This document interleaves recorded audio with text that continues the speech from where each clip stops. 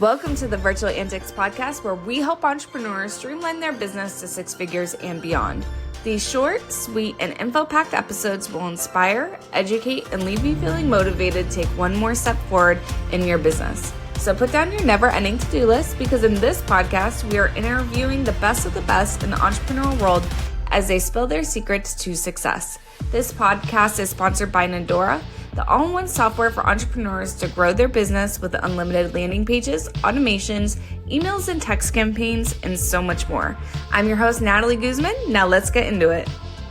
Welcome back to the Virtual Antics podcast. I'm your host, Natalie Guzman, and today I am so excited. I have Caleb on the call. He is a 25-year-old entrepreneur with a bachelor and master's degree. He is a marketing consultant here to talk to us about marketing strategy. Welcome, Caleb. How are you doing today? Thanks, Natalie. Appreciate you having me on. This is very exciting for me.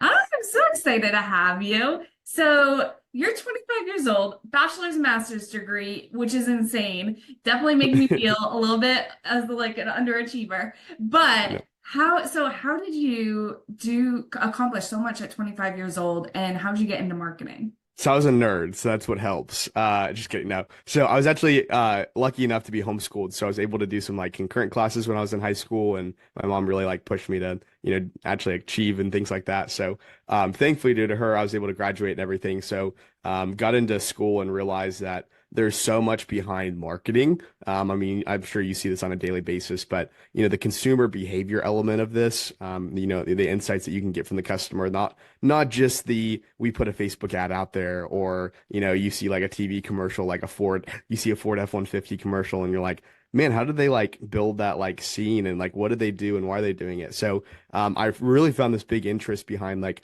the insights behavior of like, why do people advertise the way that they do, and like what are they building the message around? So that's what really got me into it. And then here I am a couple years later, and still doing it on a daily basis. So I don't know if that's a good or a bad thing, but here we are. That's awesome. Yeah, I am a data analytics girl. I love looking at data and comparing it. That's one of the reasons in the beginning, I think my episodes for this podcast were like 45 minutes long. And I realized right at the 20-minute mark, everyone dropped off. And I was like, okay, I got to make them 20 minutes, I guess. And it worked.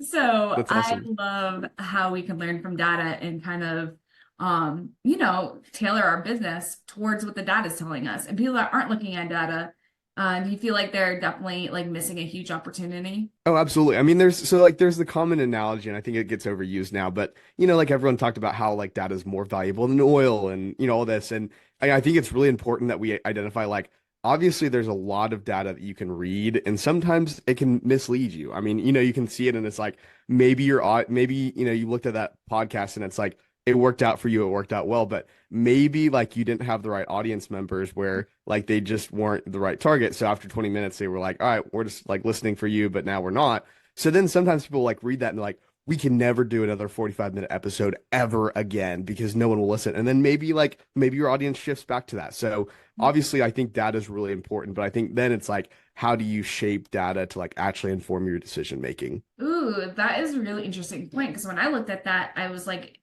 data was my main focus, right? So I went very analytical with my decision, but you're saying come at it from more of like a consumer behavior position. Yeah, I mean, I think there's like an element of like analytics that like obviously like you see your drop off rate at 20 minutes. Like, okay, there is a key point here that like between 20 to 45 minutes, like no one's really listening, but then look at it from like a holistic view of like, what could you add for the next 15 minutes, like to like continue to extend your podcast, but maybe that's not like your focus as well. So that's where like from a holistic standpoint is like, what do your customers want? Maybe it's the content, maybe it's how you message things. So it's always fascinating because obviously data can always tell a story. And again, it's up to your interpretation on how you actually want to use that data.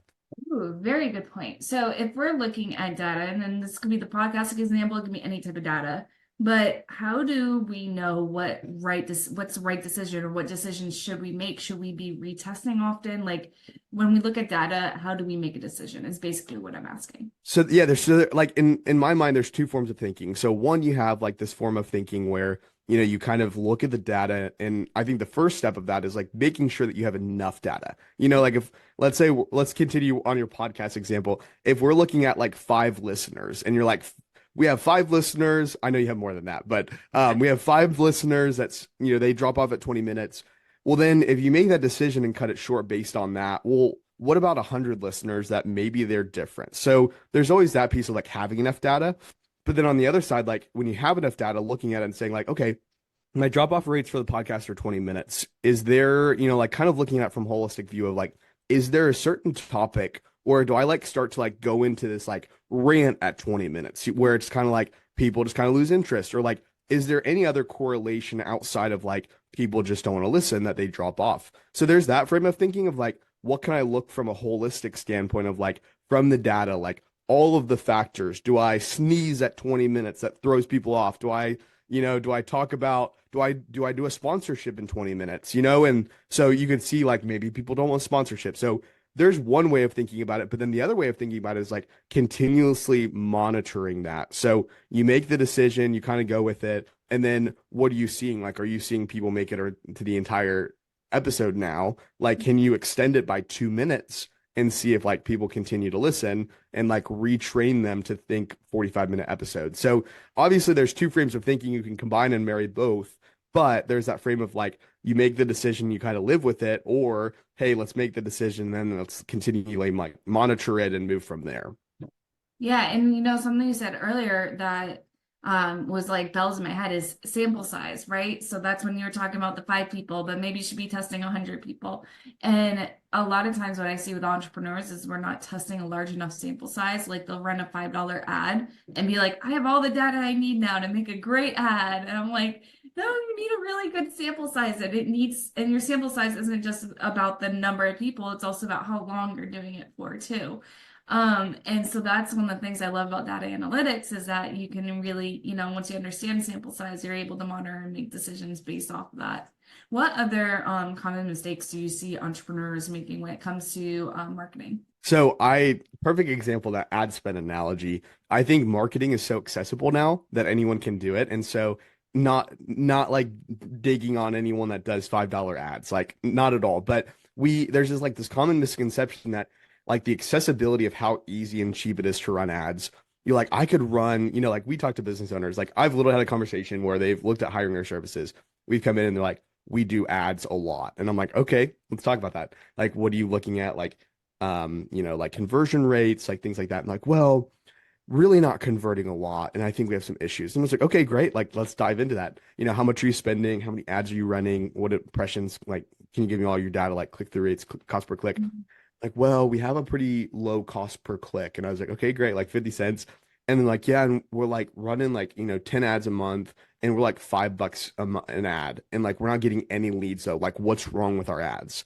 And this is like a real estate agent where they are getting, their commission could be like anywhere from $3,000 to $10,000 on a deal. So if you think about that, like these agents are being conditioned to where it's like, get leads for $5. And while that's great, as a business owner, if I was able to tell you like you could get a lead for $5 and close them and make $3,000, like anyone would do that, and it's going to get like super oversaturated at any point. So as you can see, like you obviously have to be smart with your finances. You have to be smart with your marketing dollars and your budget. You don't want to waste, but like what could you do with $100 instead of 5 that like you could test 2 different ads over a period of a week and just see like what happens, do people react? Do you do lead forms, like things like that? So I see this point of like marketing is so accessible for business owners that it's a good and bad thing where they almost feel like they're marketing geniuses already, and maybe some of them are, but like they're not the experts. They're the good business owners. They know how to run a product. They know how to do their finances, things like that. But when it comes to marketing, like there's so many pieces. So we always see like this fact of sometimes people get ahead of themselves and say like, well, we've done all the testing, like you said, we have our sample size, like it's just nothing works on the marketing side, so we need to give up. And it's like, well, you've spent $50 total. Like, what are you actually getting out of $50 that could lead to like a good lead? So I think that's one thing is like having enough of a sample size, having enough of a budget, and like really being able to test on the marketing side. Because as you know, like there's no perfect ad that you launch and then that day you make $1 million. Like you can launch an ad and it'd be successful, but like there's really no like key to success. It's always optimizing. So that's definitely one mistake. Do you see that on your side at all? Yeah, I definitely see that. Especially I started out as a virtual assistant agency and I saw that all the time, especially they were trying to get other VAs to run ads. And I'm like, they're not always the experts either, unless they've like taken courses and you're really dedicated. A lot of times I see like Facebook changes so much, especially, and now we have like TikTok ads are getting really popular, even Hulu ads. And I'm like, you have to really be up on the trends and what's changing and how they're, changing everything. And if you're not, if you do like ads maybe like once or twice a year, it's like you're not in it and you're not seeing the changes and you're not seeing the changes in the data and how to reflect that. So I definitely see your point there. And then another thing that I was thinking of was when it comes to marketing, there's so many different strategies, right? I just named 3 different ad ways that you can do it. Podcasting is a way that you can market your business for lead generation. There's so many different ways and different things you can do. How many should a business owner have and focus on? Oh, that's a tough one. I think it really depends on like what resources you have from like, like a content standpoint. So if we're talking about channels, if we're talking about what business owners can be on, things like that, like do you have enough time where you can realistically build, 5 reels a day for this? Or can you do like, so I think it like really boils down to like, do you have the time and resources to be able to focus on those things and do them well? And that's what we always say is like, now it's like it used to be like 5 years ago, like quantity over quality. So it's like the Gary V model of like, hey, get content out there, keep moving, things like that. And now it's like your reach is so low on most organic social posts that like, how can you build really great content and like where are your people at? Seems like Facebook organic reach is pretty low. But again, sometimes people use that as like a validity point for your business of, are you active? Like for me, I go to a business's Facebook page and they haven't made a post in 2 years. I'm like, are they still around? Like, are they open? And it's kind of a piece where it like kind of doesn't matter, but it kind of does. But then again, like you have TikTok, but then the big question is like, do you have the resources to do these channels well? Like how many channels can you do? Where are your customers? And then like, what are you getting out of it at the same time? So, like we've talked about this, like TikTok, it's a great platform, but at the end of the day, like if you go viral, do you have like the systems and processes on your back end to obviously serve those customers well if it leads into business? But then at the same time, like, are you going to continue doing TikTok for a year and hope that it generates business? So again, it's kind of crazy because, these like you never know what's going to work. And I think again, it leads back to like that testing, what resources you have.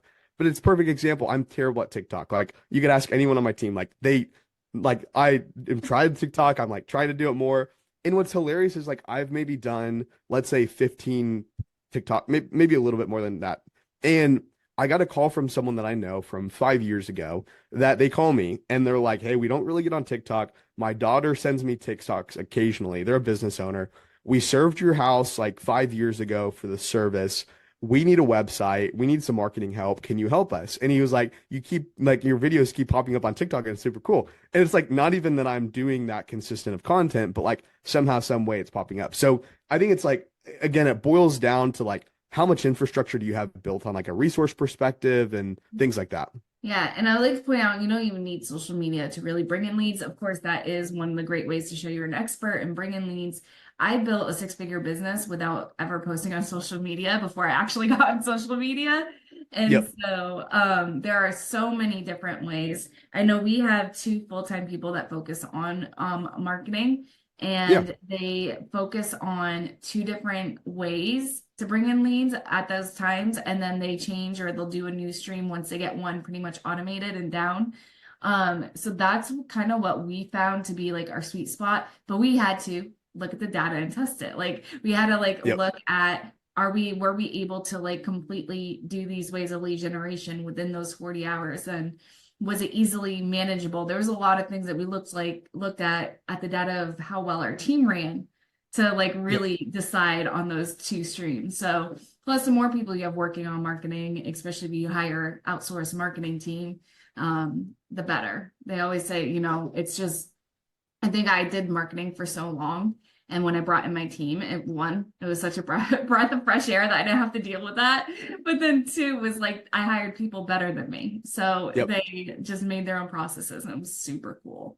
What are some other things that we should keep in mind when it comes to marketing? So I definitely think there's a piece. So, one of the things that we always advise people that we talk to, our clients, like someone I talk to on a daily basis, like one of the things that we look at is like, so obviously combining like this episode, like data, strategy, marketing, like what is the keys of this? And it all leads down to consumer behavior and like, how are you retaining your customers better? Like at the end of the day, like we know it's cheaper to retain a customer than acquire a new customer, things like that. So one of the things that we always recommend is like, I heard this story from Gary V, obviously. I'm like a huge fan, but I'm also not a huge fan. It's kind of weird, but like, so he tells a story about how a restaurant, he talks about customer behavior, customer retention.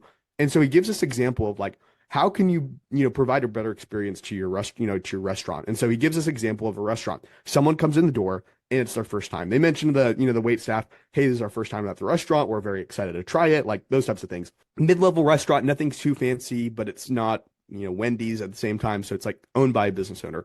So he talks about like, have your team identify that person is new. So when they come around, like when you set them down, give them a red napkin. So like they have a red napkin at their table. Well, their wait staff knows that like the red napkin is a first user. So what happens is the chef comes out after the meal and says, hey, like that's a cue. Like, hey, how was your meal? What did you think? Like, was the food okay? Was it fine? Now that consumer has like this perfect experience where it's like the chef came out. He asked us how our meal was. Like, wow, we were really attended to. Well, then what happens is as they're leaving, you're like, hey, next time you come in, get a free, birthday cake on us or free piece of pie, things like that. So then it's like they come back and then that piece of pie is like the next piece of the puzzle. Like now that lets you know, like that's their second visit. So what this does is like provides an experience that you can serve your customers to the best of your ability while providing like it to be systematized. So I always encourage people that we talk to is like, how can you find like a red napkin? I don't know if that's the exact theory, but like, how can you build a better system and process around serving your customers better? So